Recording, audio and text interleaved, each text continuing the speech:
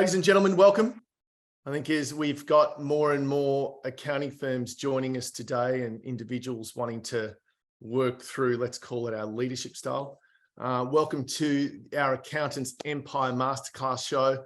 I mentioned this before, it is our last Empire Masterclass show for 2022. Hard to believe that we're 4 weeks to Christmas. Santa will be coming down the little chimney in about 4 weeks' time.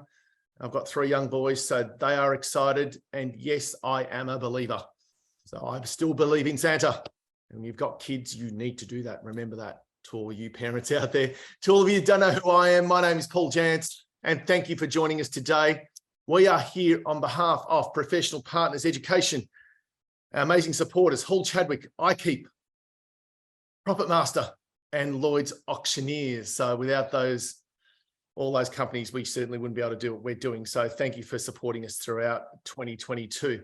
Now, today's show, similar to probably my last show as well, and my next Women in Accounting show, we're going to be talking a little bit more about leadership and breaking it down piece by piece. We're going to look at the topic of poor versus great, and probably providing you guys, as a part of our conversation, providing you with some tools, some tips, ways that you can look to improve your own leadership style, whether it be your current and your future. I'm going to run through a series of different things as defined by the Oxford Dictionary. Leadership, the action of leading a group of people or an organization. So we're going to break that down for you again. So the action of leading a group of people or an organization. These are the key things we're going to cover. We're going to go through the why. We're going to talk about the company why, as well as your personal why. We're going to talk about humility and what humility is. We're going to talk about management. Being in the accounting industry for as long as I have and coaching a number of accounting firms for as long as I have, I know it's an area that isn't of strength to most leaders in the accounting industry. Yes, there's no doubt we have some very strong ones, but we've also got what I'll call a legacy that we get taught. And that is how we get taught 9 times out of 10 as well. And so we'll talk about the current legacy and how we can look to learn and change that for the future as we enter a new calendar year in 2023. Wow, crazy. We'll talk about the leadership difference. We'll talk about the difference between leadership and management following.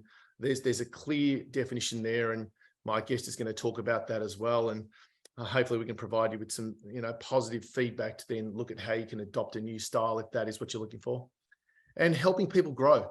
Sort of one of the key things that we see a lot, and I know I see a lot, is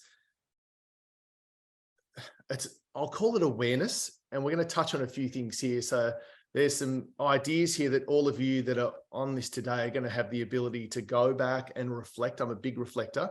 So as soon as I finish these shows, I watch back this show and I look at what I can learn from as well. But one of the key things I want you to reflect on, are we actually leading or are we gaslighting our people as well? So we've got to be very, very careful. And I'm going to touch on a couple of things that my guest Mina also posted today around stress, and we'll talk about that as well. But before we get into that, I also want to look at the stats are staggering, and you can't hide away from the statistics. So 79% of employees will quit after receiving inadequate appreciation from their managers. Interesting. 69% of millennials, I have trouble usually saying that word, so I'm glad I got that out, are concerned that their workplace does not develop their leadership skills. But in business, 83% of companies says that developing leaders is crucial. So this is probably where, again, we're going to challenge the status quo a little bit. I want you to think about what you're currently doing or what you've done for 2022 and what you can maybe strategize and change for 2023. Not just you personally, but your management team and your leadership team as well. So that's going to be important as we touch all of that. Let me introduce you to my special guest, so we can open up the conversation and start talking about this. So again, we're going to look at some insights to improving your current and future leadership. This is our Accountants Empire Masterclass show. We're here to obviously provide you with education. Mina Baselyous, how are you? Welcome to the show. Here he is. Paul, excited to be here, and thanks for having me. Mate, I had trouble with just getting my screen to work before, so I'm glad you got yours okay. Technology can be a bit difficult sometimes, but thank God we didn't have to restart it this time. No, very, That very tends to true. fix it.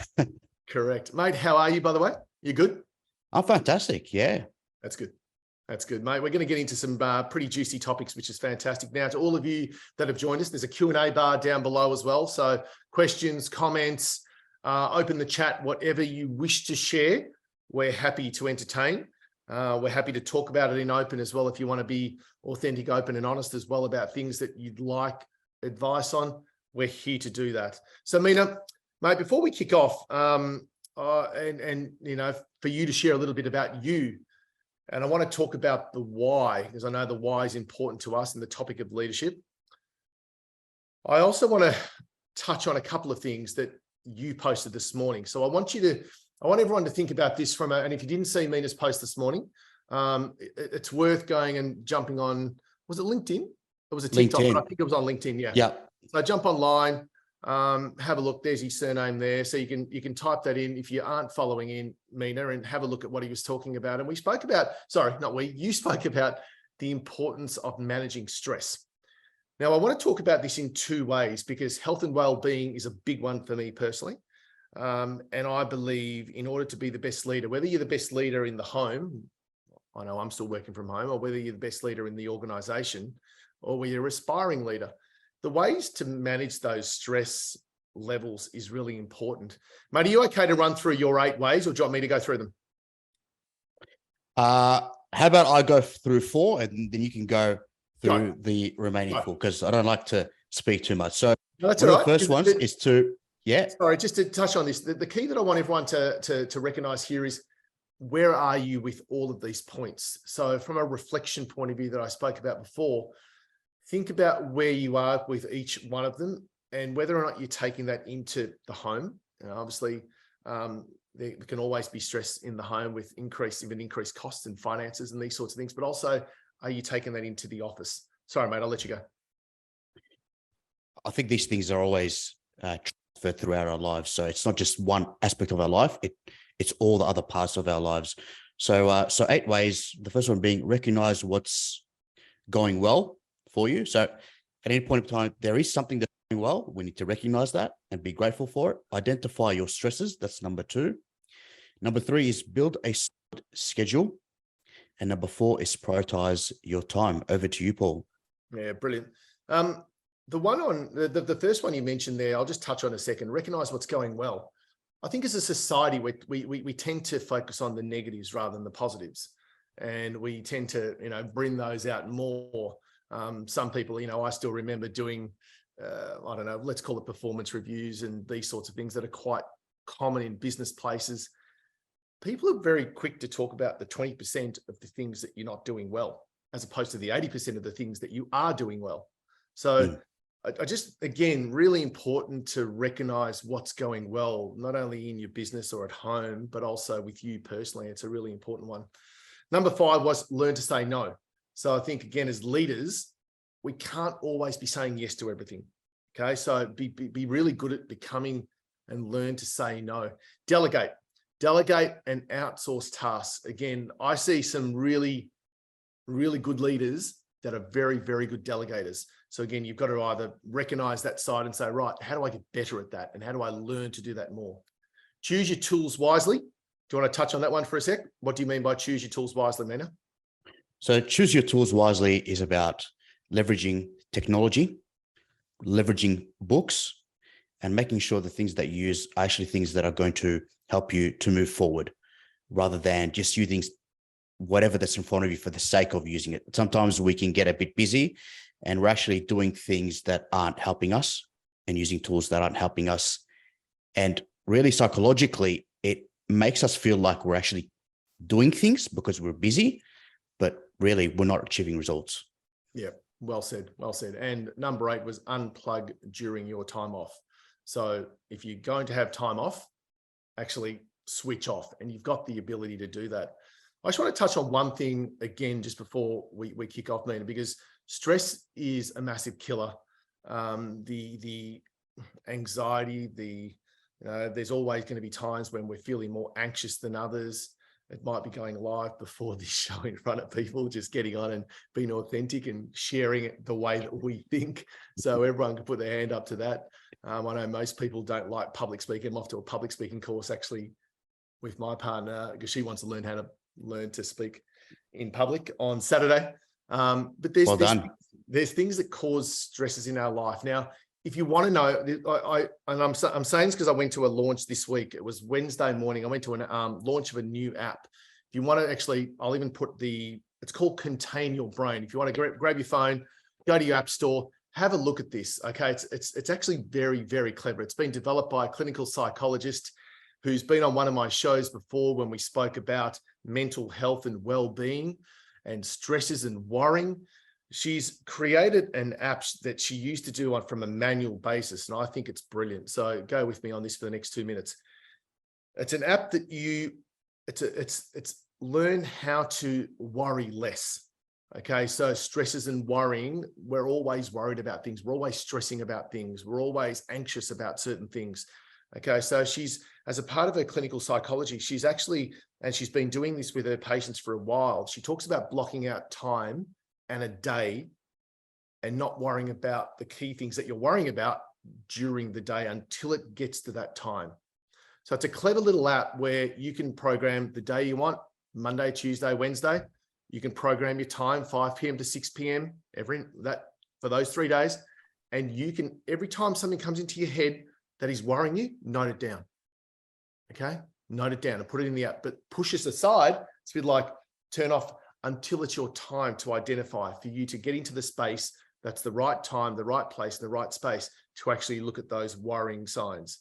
So, and again, there's research around it that says that this will actually reduce your worrying aspect. It'll provide less stress in your life and obviously, hopefully focus on greater priorities for you, which was one of your 8 lessons as well. So again, check that out. If it can help, hopefully it does. I know I downloaded it. I started working with my kids as well. And we've started to talk about that, which I think it's really important to have those conversations. Just to build on that, Paul, I recently had a conversation with a client and they mentioned that they were stressed.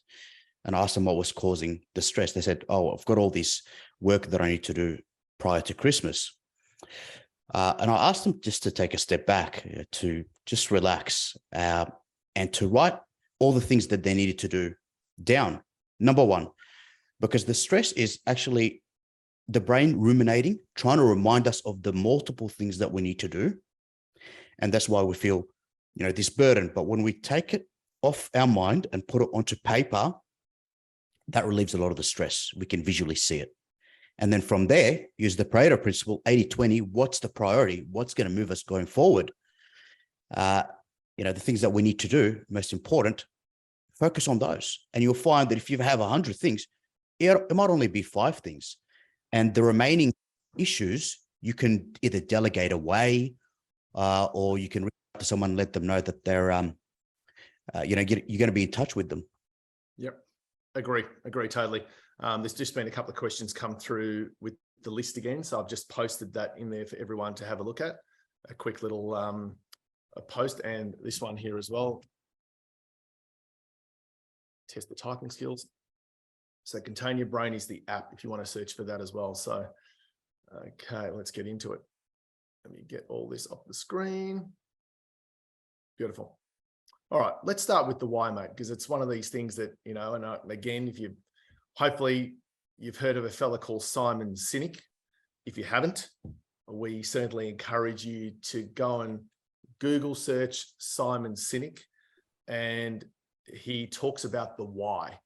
A lot of people focus on the what, but very few companies focus on the why. So I'm going to start with that, Mina, and I'd like to get into the conversation over, again, from your point of view, from a business point of view, and then maybe a personal point of view about the why. I think in relation to leadership, it's not just a business thing. It's a thing you can apply to various activities. Okay. So a skill set that you learn at work, you can apply for your community, whatever, your cricket club, football club, so on and so forth. Okay. So for me, when I first initially got into accounting, it was let's make money. All right. But as I went through life, I had various events that fixed that view. Okay. And one of them was to help out at a local parish with youth services and establishing a soccer club. Had finished the CPA program, and I applied the knowledge from the CPA program to not only reestablish the service, but it was also to develop leaders and to ensure that there's a firm foundation for that service to continue to grow. And my part was to make sure that that happens and to remove myself from the scene, right? So leadership is not just about, it's not about telling people what they need to do. It's about asking people what their values are, what they want to achieve, and aligning that with the overall organization's objectives. And then developing people themselves. So that, that's part of the activity. I mean, even in business, a lot of people say, oh, this year I've grown in this area and I've grown in this area. Sure, I've been paid more, right? But I've become more patient. I've developed more people skills, more leadership skills. And these are the things that really, they're about personal growth. Yes. And that's what makes us really light up as individuals. So it's about developing those skills through an activity such as business or your football club, your cricket club, so on and so forth. So so the why for me is going through that activity. A lot of the people who participated in it, they said that made us a family, and that's huge.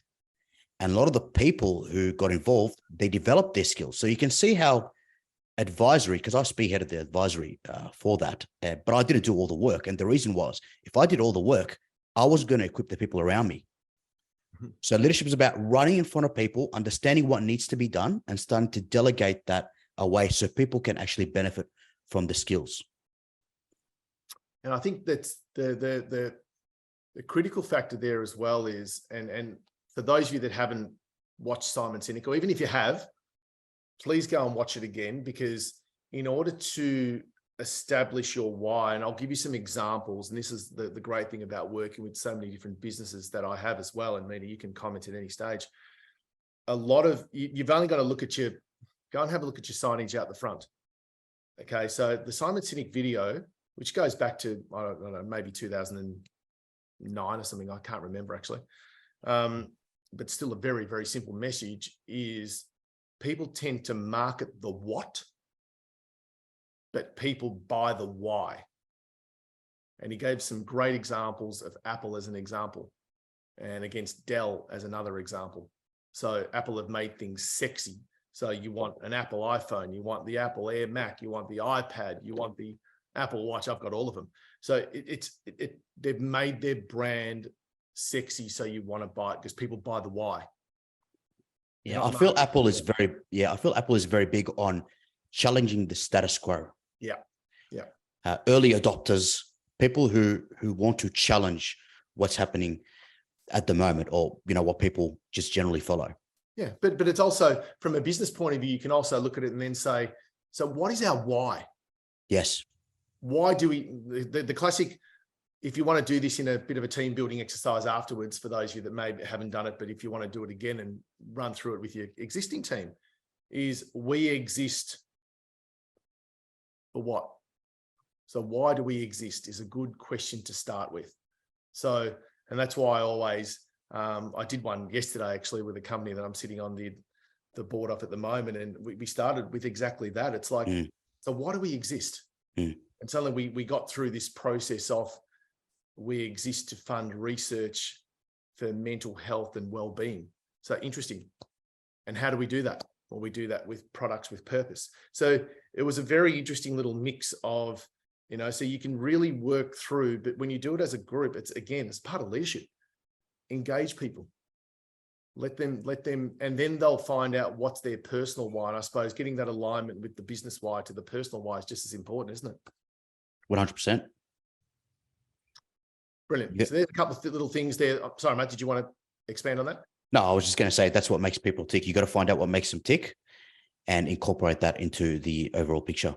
Yeah. And when you get clear on that business why as well, what will happen is you'll start attracting the type of, call it talent, people or clients that you're actually looking for, because you're engaging with someone that's looking for that. And the amount of people that you'll be amazed how many people you find that engage with your why, especially when you can actually articulate that in an interview process, as an example. Because nowadays, certainly in our industry, I think I must get 10 emails a day that ask me, hey, PJ, do you know any good people that are around? We're in such a shortage. We've got so much work to complete, and yet we haven't got enough people to actually, from a productivity point of view, to get that work out. So you'll get better at understanding. When you get better at understanding your why, you'll definitely attract better clients and better people as well. And I think that's a massive factor. Yeah, you'll attract the people who are aligned. Correct. Alignment is huge. Yeah. But mate, I've heard you talk about humility again through your videos and the times that we've obviously spent together as well. I know that's an important one to you. Let's start with the word humility. What is it, and how do we display it? Sure. So humility is about being someone who is tenacious about your goals, your aspirations, giving people credit around you who help you with these goals, these aspirations, right? That's the humility part. And really just being a person who lifts other people up around you, right? It's about working together. So that's what humility is. I guess the other side of that is when you're egotistical to a degree. You let your achievements get ahead of you, and you start thinking it's all about me. That's really a very, just a few words to define what humility is. What about you, Paul? What does humility mean to you? Yeah. So how do you feel that people should display that then? So I agree 100% with what you're saying there. But in terms of how do we display that? Sure. So as an organization, say a director, you've got people working for you in your team, working with you. I like to use the word with you rather than for you. So working with you, and there's a project or there's a big client outcome that we're trying to achieve. As the director, you are leading your people as to how to achieve this objective, this project. You're getting contribution from your people. Now, your people tend to do the vast majority of the work under your guidance. So your guidance is very important. So when you achieve the end result, you should celebrate together. When you go to the client and you're speaking to the client about the results, you're saying, yes, we've achieved this result for you, but I've had the help of this person and this person. That's how the team contributed under my guidance. So it's allowing those people around you to also grow. Now, when your team hears that, they're going to be absolutely thrilled, right? That's going to push them even harder, because the last thing people want is to not be recognized for their achievements. And it's not an ego thing. It helps us to understand what we're doing well and what we need to do even better, right? It helps us to understand what is the desired outcome. I agree 100%. And I think there was a few key things in there that you mentioned. One was the we, two is the team. So if we simply, because we're Melbourne based, but Australia is sport mad. I don't know how many people are staying up and watching the World Cup at the moment, but it's on pretty late or early, depending on what it is. Yeah, exactly. But at the end of the day, if you look at it from a team point of view, and I think team's a great word. If you're using the word staff, I'd encourage you to change it to the word team, because it's a team that gets the result. It's not about, if we look at it from a footy team point of view, whether it be who won the grand final this year? No, sorry, Geelong. Geelong was sort of Melbourne. As you can tell, I was Carlton, so I switched off. So whether it's Carlton or whether it's Geelong or whether it's Melbourne, again, it's not one person that does it. It's not the leader. It's not the coach, as an example. It's not the leadership team. It's the team. It's everyone plays their role to get the result for the client. Everyone plays their role in the team to get the result for the team. And then, you spoke about appreciation. I'll bring the word appreciation back into it, because we saw, or I stated it before, 79% feel unappreciated. So how important is it to, and it doesn't take a lot to say, we got this result for you. And the person that led this was Johnny. Johnny probably did the best job out of here. Now, it might have been you, it doesn't matter. But the ability to then highlight that individual, it just lifts them to a new level. So that's where ego sometimes needs to come out of it. That's fair to say, isn't it? Yeah, 100%.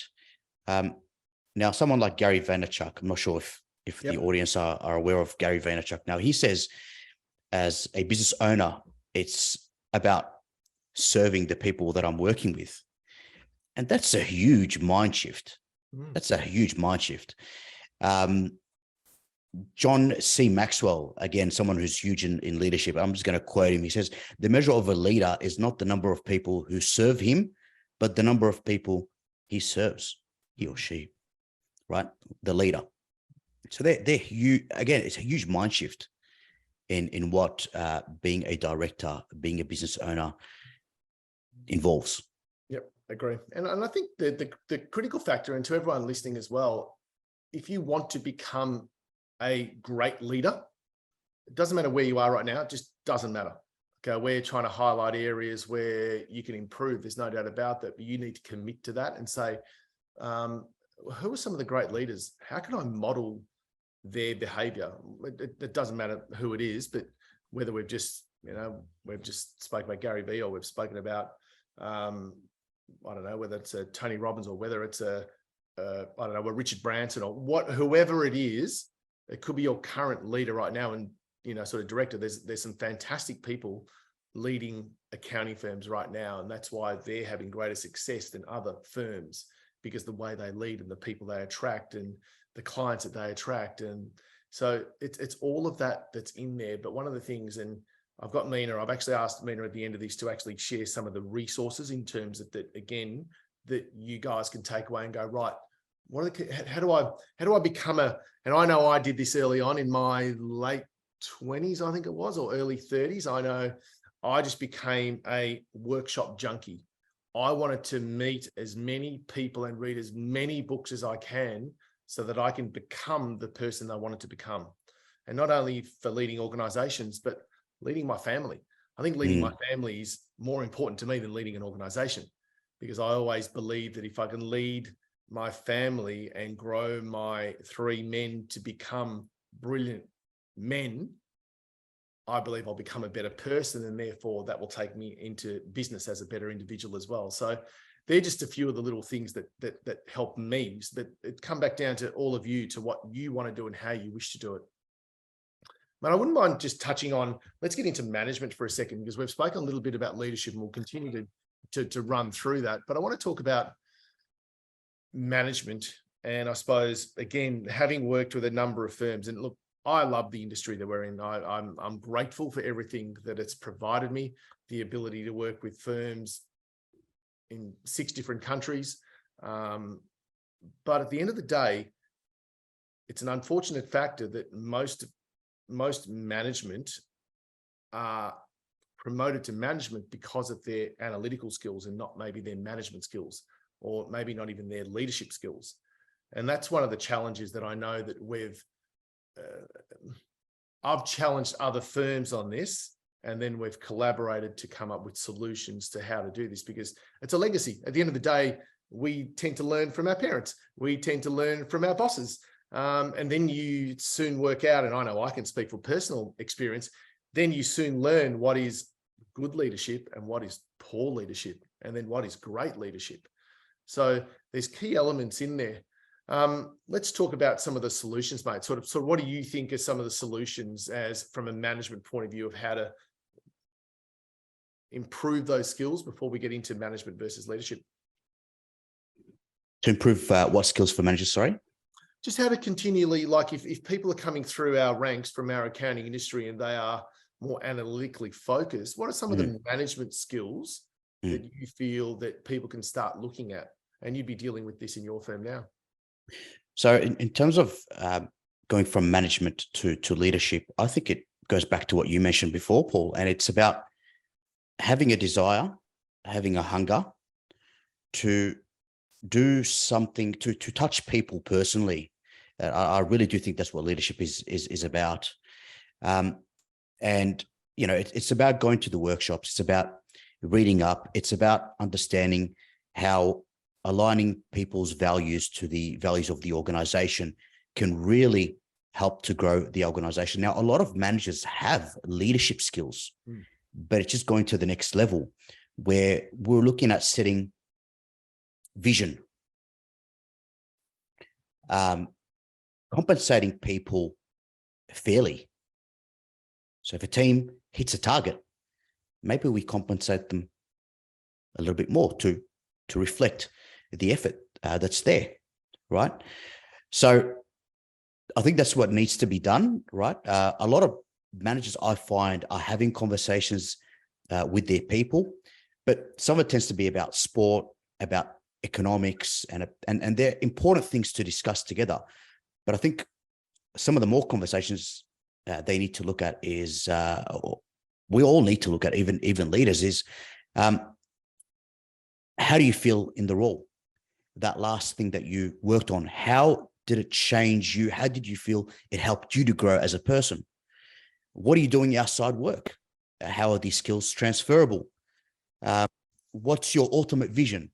Like, I can't remember the last time a manager or a leader asked me what my vision was or what my values were. Now, some people do that, right? I actually had a manager who, early on in my career, he was a manager, but I found him to be a great leader. And he was a leader by just demonstrating hard work, by showing compassion. I mean, one of the things I remember him doing is he had this challenge with one of his kids, right? If they stopped putting their fingers in their mouth, that he would paint his nails. And a few weeks later, that's exactly what he did. So again, it's those little things that seem ridiculous that really display leadership. Yeah. And I think, look, if you're a current day manager as well, or you're a team member aspiring to be a manager, I suppose managers in the accounting industry it's quite different. It's usually based on time, analytical skills, client relationships, all these sort of things. But then suddenly you're thrusted into a management role and you need to manage a team. Okay, so if it's one tip that I can provide you guys, if you're listening to this, and that is become a asker as opposed to a teller, if that makes sense. And by that I mean it's a bit like sales. In sales, very well put. Yeah, in sales, the art of selling is not by talking. The art of sales is by listening. So therefore, you ask a question and you listen to the answer, but listen with intent. Listen because you care what the person is saying. Eye contact, all the critical things. But just to ask someone, so what's important to you? What drives you? What gets you out of bed in the morning? Like, it's an interesting question. Sometimes people can't even answer it. Okay, so if you have to ask yourself that question yourself, it's an interesting one to answer. So, and it's about then getting the best out of your people by understanding your people, recognizing your people, appreciating your people. So there's some really key things in there. It's not just about making sure, and yeah, that comes, the result of it is that you've met productivity for the day, or you've met billables for the month. That's the result, but it's all the little things along the way when you're working as a team. How do you achieve it as a team? And I think the ability to ask questions, I think, is a really, really important one. Very well put. Could not have put it better myself, Paul. Well done. So what do you think is the difference? What's the difference between management and leadership, in your opinion? In my opinion, it's about setting the vision. Leaders set the vision for the organization, whatever organization that is, even in the household, right? Leadership is about setting the vision. Again, it's all transferable. Whereas management is more about the allocation of resources. Okay. But I suppose at the same time, as you mentioned, good managers can also be good leaders. Yes. Yes. So And just being, say, someone has their position description is manager. That doesn't mean they're not a leader. And just because someone is in leadership position doesn't mean that they're a leader. Yep. So it's about the leadership qualities, what leadership is, and what management is. Yeah, and I think it's an important factor. I think the humility side comes into it, and let's call it even the how authentic that you can be comes into it as well. That people get to certain positions and then believe they can't do certain things. It could be as simple as picking up rubbish off the floor and putting it in the bin. You know, you just got to do sometimes. You just got to do what's right and treat people with respect. And whether that be management or leadership, people will see that and people will recognize that. And then people will also see that the difference in the way you're doing that and bringing your team up, talking to them, listening to them. And then there's also an element there of listening and then doing. So a lot of people can actually listen, but then they don't do anything, especially feedback. Feedback's a great one. So you ask for feedback and then you don't do anything about it. So that's an element of poor leadership. If you're asking for leadership and you want people to be open and honest, well, that means you need to then there's been times where I've run, this is where I can sort of have a bit of fun with it, I suppose, where you run sessions with accounting firms and you go to the team and you spend 2 hours with the team and you get great feedback. And you take that to the partnership group of 5 partners and they don't do anything with it. The next year when you run that session, the team will say, well, what's the use? What's the use of me giving feedback? Because we had a great session for 2 hours last year, PJ, but then nothing's happened. So it's an interesting thing that people will see not only what you say, but what you do. The old actions speak louder than words. Yep. They become disengaged. Now, some time ago, I posted on LinkedIn about the different ways men and women communicate. Now, someone on the back of that sent me the qualities of the masculine qualities and feminine qualities. And the masculine qualities was to set the direction. And the feminine qualities was to have people come in and discuss things. Okay. Now, I think whether you're male or female, right, you can switch between those things. And that's what great leaders do. They switch. Okay, let's set the strategic direction, but after consulting with the team. Yep. And sometimes vice versa, let's set the direction, but also consult with the team as to how we get there. So it's switching between those things. And I think, I wouldn't say they're masculine and feminine. I would just say they are qualities that people can switch from at any particular point in time, depending on what is involved. Yeah, I agree. And I think that's the great thing. Since, was it last year or the year before? Maybe even the year before, I started my Women in Accounting show, and it sort of turned out to be a monthly show as well this year. And it's a funny thing that there's a lot more female leaders coming through, which is brilliant to see. And Absolutely. They come with a different set of skills altogether. And I think, and you've only got to recognize your mum as an example, to the skills that they have as a mother, and certainly, or your wife or your partner. And it's, they've got a different way of doing things. And I think that's where we can learn as well. If we're open to learning, that's where we can learn as well, to how they're a lot more emotionally intelligent. And I think, again, for the guys out there that want to become that, again, you can become emotionally intelligent. And that's where, again, you can bring your leadership skills and your management skills up to a new level when you are on that emotional level as well. And again, things that we can just throw at you to say, just think about those sort of things. And that's a great book, Emotional Intelligence, one of the greatest books ever written, and a fantastic book to read. I think I've read it 3 times. It's a great read. So those are sorts of things, again, as far as tips are concerned, whether it's workshops and books, and go and model other leaders or managers and say, what are the sort of qualities they have, and how do they speak, and what's their body language, and how do they engage from an eye point of view, and are they just going from meeting to meeting to meeting to meeting to meeting? So that doesn't achieve anything. Okay, because you don't have any time, then you're just not building time into your agenda. Or it's like what sort of Mina said before, are you actually structured, and are you allowing yourself that time to actually execute? Because that's just as important. Mina, what do you think in terms of getting the best? We just spoke about management there, and you spoke about people. How do you feel we get the best out of our people nowadays? We spoke about the 69%, I think it was, of millennials.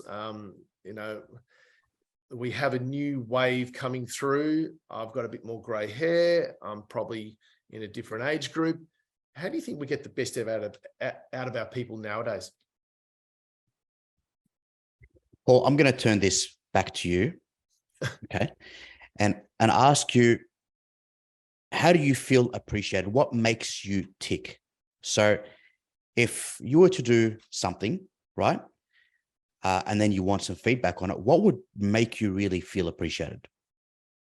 One of the first things, I reckon, right, would be kind words, okay? Or if something isn't done, someone to show you how you can improve on that. What else? To ask you what you actually want to do, and then over to you. What else can you add? Yeah, spot on. And I think just one of the critical things that I learned from a leader, again, who used to, a bit of a mentor and a leader, and you've got to be open to being challenged, and you've got to be open to not be defensive. I think your first line, your guard goes up and you get defensive, and your body language is like this, and it's actually not that, and it's in your tone of voice as well. So I know I've got some very, very good mentors around me that have assisted me to get to that. So I think, again, just the use of your voice. And you made a very, very good point before. The word I'm going to use is improve. So if we said right at the start, and sort of one of the things that a lot of leaders or managers tend to focus on, the negative, they'll talk about all the things you've done wrong. Well, I don't like using the word we've done wrong. So how do we improve? Because wrong is just a negative connotation. So therefore, I like people that turn around and say to me, okay, well, that sounds fantastic. How do we improve on that? So you're giving a compliment, and then how do we improve on it? You're not saying, even I mentioned before, and we'll talk about gaslighting a little bit. It's not where it's saying, look, you did a great job, but, and the but just, I can't swear on this, the but just ruins everything. And you've got to be careful that that but doesn't come out, because it just undoes everything else that you may have said before, which the person heard, but all they'll hear is the but. Okay, so you've done a great job, but this is where I think you can improve. Well, yeah. See, no, the question is how, again, going back to leadership and management, how do you think that we can improve? Yeah. We can improve. What can I do to help you? I think one of the first things that we need to go back and look at, and it's a word that you mentioned, it's authenticity. Personally, I'm very careful when someone gives me feedback. One of the first things I want to find out is, does this person genuinely want what's best for me? Do they want me to grow? Because people will potentially, the people who aren't right-minded, they will give you feedback, but the feedback is actually about a level of control, right? Try and make you feel bad. So it's as if, you're not really as good as you think you are, or so on and so forth. And from there, they use it as leverage. And they're bad words to use, but really that's what happens. Okay. So the first thing I want to find out is the person in front of me authentic? Do they really care about me, my personal development? Now, a tool for giving effective feedback is they call the sandwich approach, which is giving good feedback, the thing that needs to be adjusted, right? The area that we need to be improved. And then again, good feedback. Yep. People are more accepting of that type of thing. One way I like to receive feedback is for someone to tell me what I'm doing right, what I could improve on, and what's potentially missing. So that way I know the person recognizes that as a human being, I have strengths and I have weaknesses. Yeah. But I'm also growing. So the person that's giving me feedback might have had experiences that I might not have had experiences in. But if I start that experience, who knows how good I will perform with that experience. Yep. Couldn't agree more. And I think if we, when you sort of said it in your 8 there, just quickly going back there, which was your tools, I think it was, you mentioned the tools, and there's some great tools out there for managers and leaders in there. Instead of even looking back nowadays, I'm a big believer in looking forward as opposed to looking back. You can't change the past. I know as an industry, we're always looking in the rear vision mirror, which is unfortunate because we're doing financials from the previous year or BASs from the previous quarter. Although looking forward with our people is more critical, in my opinion. So instead of, and performance reviews, I mentioned it before as well, change the way, if it's one thing you can take away from here, with everything I do, I look to take away one thing and learn one thing every day. And it's something I discuss with my 3 boys around the dining table every night. What's one thing that we've learned for the day? One thing I'm going to mention here is key performance indicators is lead and lag indicators. So if we're looking to develop our people, that's a lead indicator. The lag indicator is going to be timesheets, productivity, new clients, so on and so forth. Yep. How we're helping our clients. So it's not just about new clients, but how we're actually adding value to our clients, even from a values perspective. Spot on. And I think that's the one thing. So if it's the one thing you take away, if you are doing performance reviews, and I know we're just at the halfway point of the year now, can I encourage you to stop doing performance reviews and just do performance meetings, if that's what you want to call it, but look forward. So again, you can't change what's happened in the last 2 quarters. So you turn around and say, right, what do we want to achieve this quarter? So this 3rd quarter of the financial year, how do we want to achieve that? We all have our targets. We all know what we're striving to achieve, but how do we achieve that? What do you want to achieve yourself? Again, questions. You're not telling, you're asking. Okay. So the idea is, and I've done this a lot in business, is it's got to be aligned to their goals. Those goals then need to be aligned to, again, the team's goals, so that the individual feels like they're achieving within the business. And then obviously there's the business goals as well. So, but if you can start looking forward and start planting little seeds to what they may achieve and what's important to them, and I'll guarantee you money is not always important to people. Okay, and I think we've learned that maybe the hard way. Money is not always important to people. So, but you don't know that. We throw a blanket over our people and just go, oh yeah, well, I'll just give them a pay rise. It's maybe not what they want. So again, ask them, what would be really important to you and your family? Great question. They might turn around and say, like I do, I only want to work 4 days a week. I only work 4 days a week. I don't work 5 days a week. So I only want to work 4 days a week.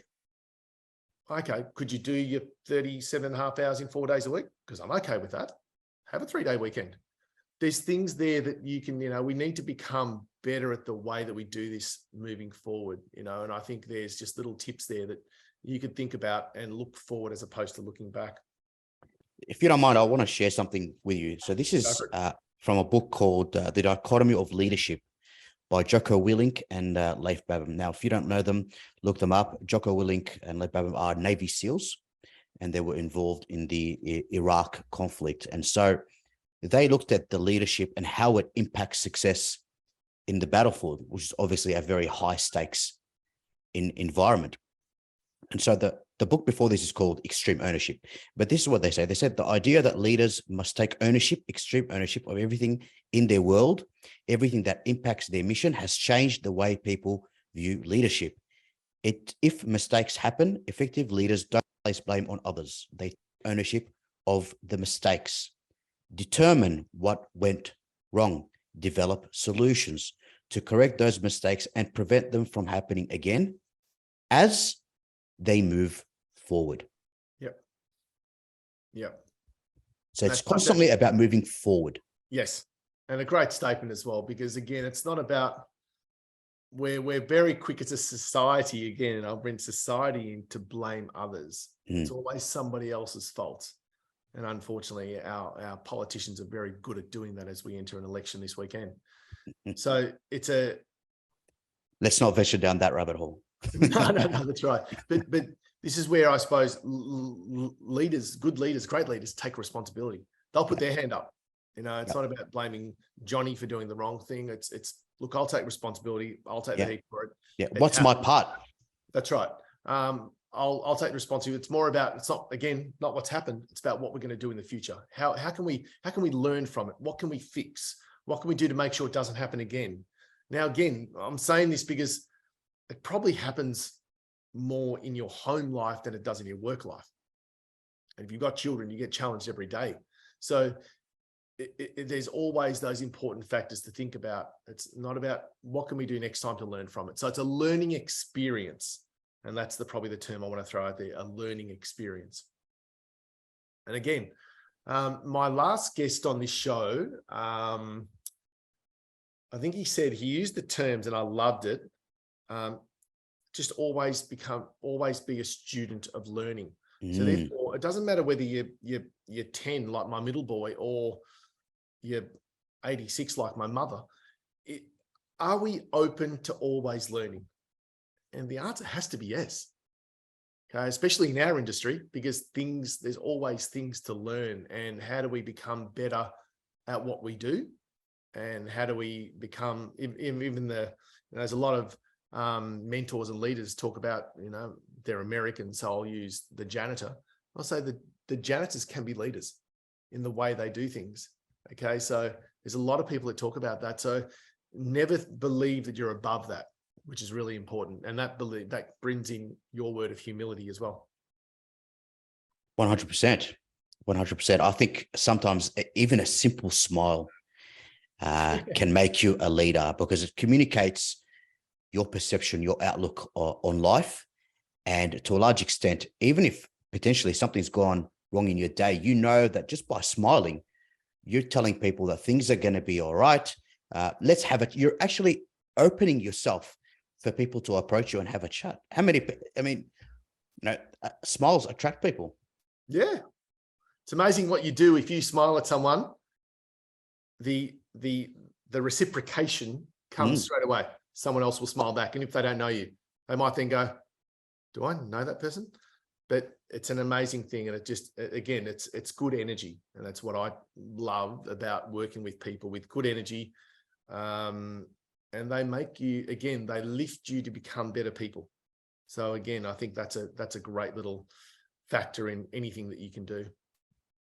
Well, let's talk about, we've got about 6-7 minutes left before we got to wrap up, but I suppose given the stats that we spoke about earlier, and sort of one of my missions in life is to continually help people. That's why I do what I do. So whether it's my coaching or whether it's these and it's educating, whether it's with my boys, I just love helping people to grow. But there's a lot of people that they say that, but then they start gaslighting people as well. Are you okay to talk about that? And again, so we can learn from it? Yeah, I'm okay to speak about it. Yep. Can you see I said I'm okay, but there's a bit of uneasiness. Can you sense it? That's what gaslighting does. Look, I've had several experiences. I mean, one that comes to mind is a client sent an email. The email was black and white. And the person that I was speaking with at the time, who had a senior role, they said to me, you've confused yourself. Now, that's not, a very big example, but there are subtle words that have a profound impact. I think a leader, the way they should have approached something like that, and I didn't misread the email, it was very, very clear. Even if I had misread the email, said there's a chance, I wouldn't say to someone, you have confused yourself. I would say, let's look at the email again and make sure we've understood it correctly. If we need to, let's go back and clarify what the intended message is. And I think that's very, very helpful, right? For a leader to go back to someone and say, I'm willing to have a look at this particular thing. Yes, it does take time, but overall, it's going to help that person in the long term. Okay. I've had various other scenarios from the various organizations. Some of them can be nonprofit. Again, so this is a way that we do. And to be honest, I've had someone said to me before, we all gaslight. Say, for example, a kid is acting up and we say, oh, you're being loud, or you need to stop, or you need to, what's it called? So it's not that big of a deal. You haven't really hurt yourself. It's not that bad. Those types of words. Well, how do you know? I mean, to a child, it might actually be that bad to them. Are we asking them how they feel? So that's a form of gaslighting. Instead of asking someone how they feel and what's going on, we project what we want, but long-term, that causes issues because the person no longer engages. They might potentially not engage in the conversation, knowing that if I try to engage, I'm just going to get something that's negative. Yeah, it's a very good point. And that's probably where, again, that awareness comes into it. And, to everyone listening to this, it's also, don't ever be afraid someone asks you a question, or just take a back step sometimes and stop and reflect. Someone asks you a question that you don't answer. You don't need to feel pressured to answer it either. So is it okay if I come back to you on that? Is it okay if I think about that? Is it okay if I reflect on it and come back to you on that? Yeah. Let's read it. Let's read it together just to make sure I understood it quickly. So you know what, in that situation, I sort of made it seem as if, yeah, okay, let's say I'm wrong. Can we read it together to make sure I understood it correctly? So it's about diffusing the issue. It's about asking your manager for collaboration. It's about asking your manager for some guidance. So even in that situation, someone who is reporting up, we can be humble, and it can be an option for us to grow personally. Yeah, agree. Well said, mate. Look, if there are any questions, we're getting pretty close to wrapping up. So if there are any questions, please throw them in. I know there's another one that just came through here who wrote emotional intelligence. Look, I've got it on one of my bookshelves here, but if you did a search for it, rather than me going and looking for it, let me just do a quick search. I've got Daniel Coleman's come up. So Daniel Goleman. Yep, that's right. Yep. So he's got a PhD. So again, it's not an easy read. It's actually quite a tough read, emotional intelligence, but there's some fantastic things that you can learn and take out of that, but take your time. Again, there's no rush. These sorts of things, it's how you learn. And I think I'll guarantee you people will see the difference as well. I think it's amazing. Mina, while we're waiting for some questions, are you okay to maybe even go through some of the resources that, I know you mentioned a couple of books before. You okay to hold up some of the resources? Yeah, definitely. So one of my biggest influences, people I like to read up a lot on, is John C. Maxwell. He's got a few books. This one's called can you see it? The 21 Irrefutable Laws. Maybe go back. Oh, no. There we go. There it is. The 21 Irrefutable Laws of Leadership. Yep. Found that hard to get out. Jordan B. Peterson, he's a Canadian psychologist, right? He talks a lot about psychology and approaching people. Okay. So one of the things that I took from him is that imagine you could do, just bear with me. Imagine who you could be and then aim single-mindedly at that. So it's about achieving, again, going back to your why and really going hard and decide, what am I going to do? What team do I want around me to help me achieve those things, and communicating values to get to that. We already mentioned it. Simon Sinek, start with why. Start with why. And the great part about all these are, again, look, I still love the books. I underline. I think I saw some sticky notes in yours. I put sticky notes in it. I underline. Those are what's valuable to me. I know other people, obviously, if you're in the car nowadays or in public transport, we've got Audible. We've got all these, we've got different ways to consume content nowadays.